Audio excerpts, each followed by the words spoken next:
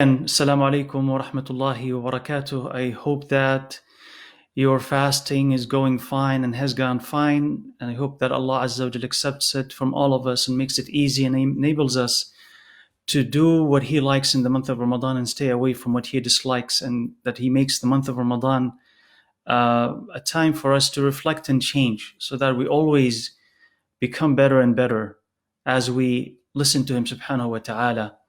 Just want to explain, inshallah, very quickly what we're going to be doing. Inshallah, 10 minutes every day, inshallah, no more than that, reminders.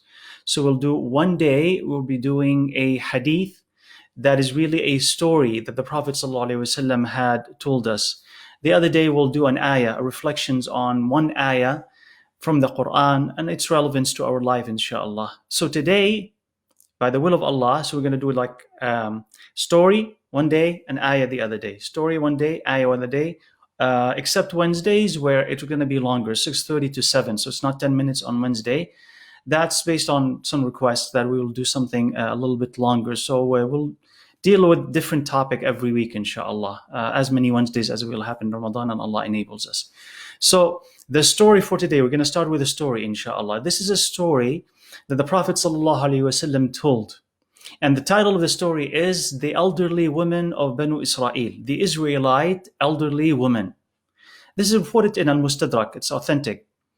So here's what the story says. The Prophet ﷺ once was hosted by an Arabi, a Bedouin. This Bedouin honored the Prophet ﷺ, gave him this, gave him that. So the Prophet, as it was his habit, he wanted to reciprocate, wanted to reward that Arabi, that Bedouin. So he says, whenever you are in Medina, come and we will reward you, host you.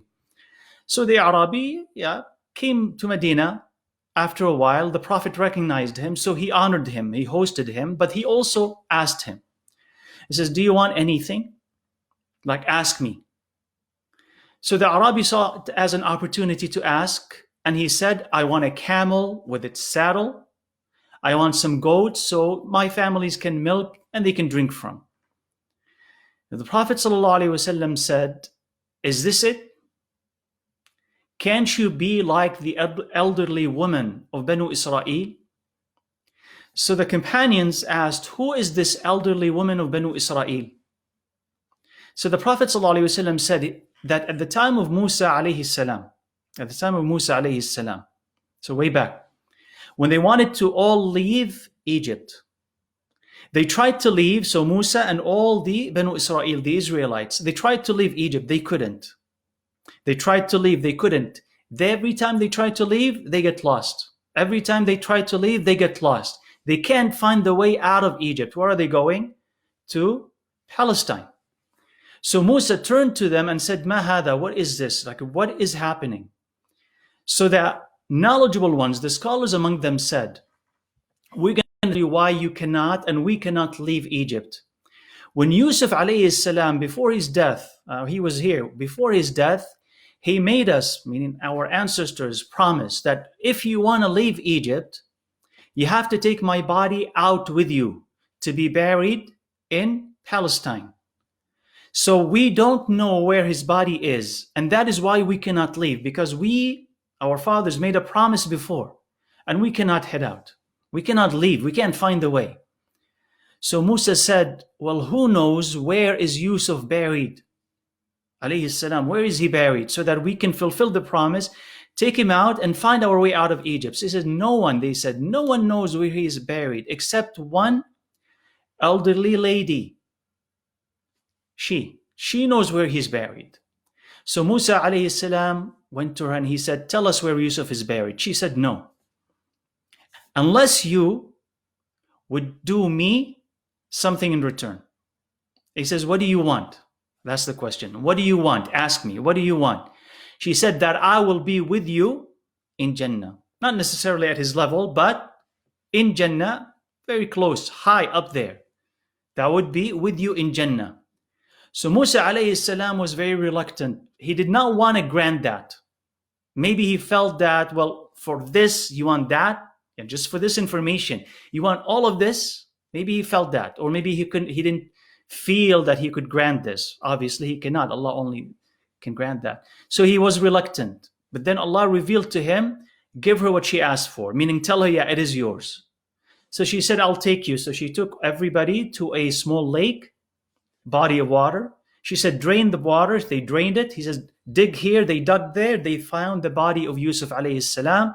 They extracted the body and then they started to move. And then they said the path was lit, meaning that they could see clearly how to exit Egypt.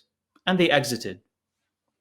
So the Prophet ﷺ was telling the Arabi, if you had the chance to ask me, and I said ask me, and I did not put a limit on it, the only thing you'd ask me for is a camel and goats. Don't you see what that elderly woman had asked for? Jannah. So some of the benefits of the story, okay, one benefit is that when we sometimes neglect a command of Allah Azza wa Jal, a duty that we have, that may cause loss in our lives. Like Banu Israel, right?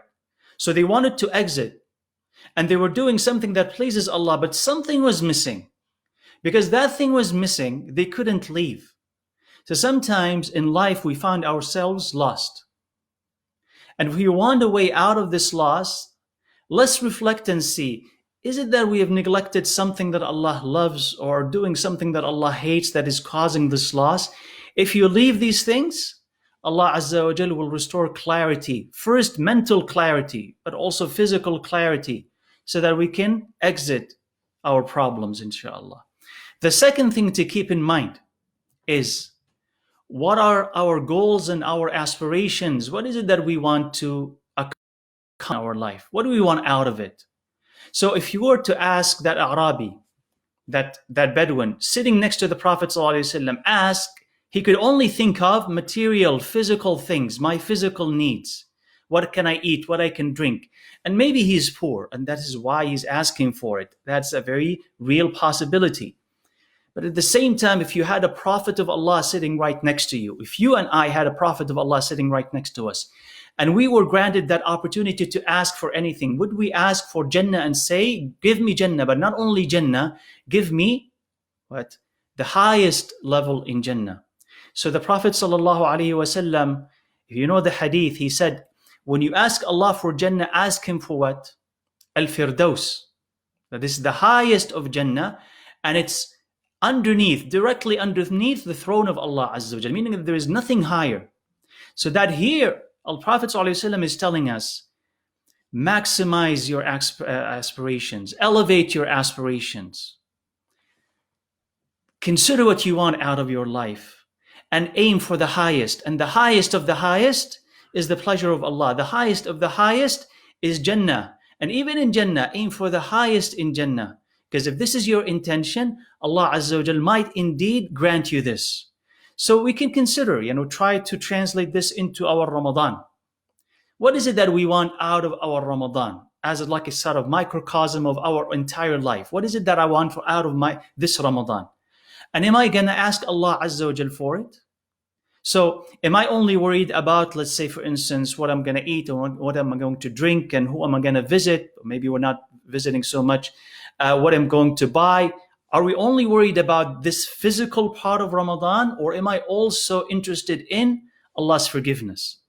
Ramadan is a little hard, but I have to keep in mind that Allah's forgiveness comes with that. That Allah takes away my sins, the harder Ramadan is.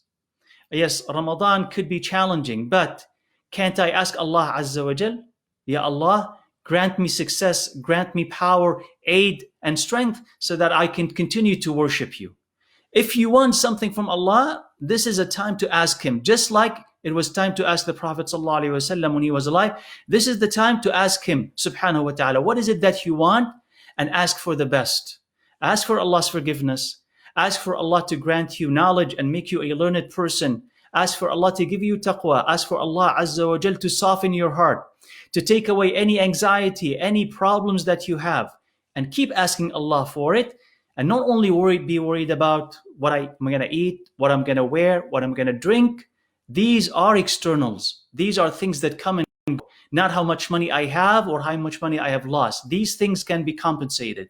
The only thing that we cannot compensate is that if we miss this world and exit without Allah's pleasure. So that let's be like that wise woman of Banu Israel, and imagine the Prophet ﷺ telling you and me, can't you be like that elderly lady of Banu Israel? When you want to ask, when you want to live, ask for the best and live seeking the best. And if that is your intention, the Prophet ﷺ said, the one who wants martyrdom, shahada, and seeks it sincerely inside his heart, Allah will grant him that degree if he or she die on their bed. Even if he or she die naturally, but they really seek that here, with all sincerity, Allah will grant it to them even if they die in bed.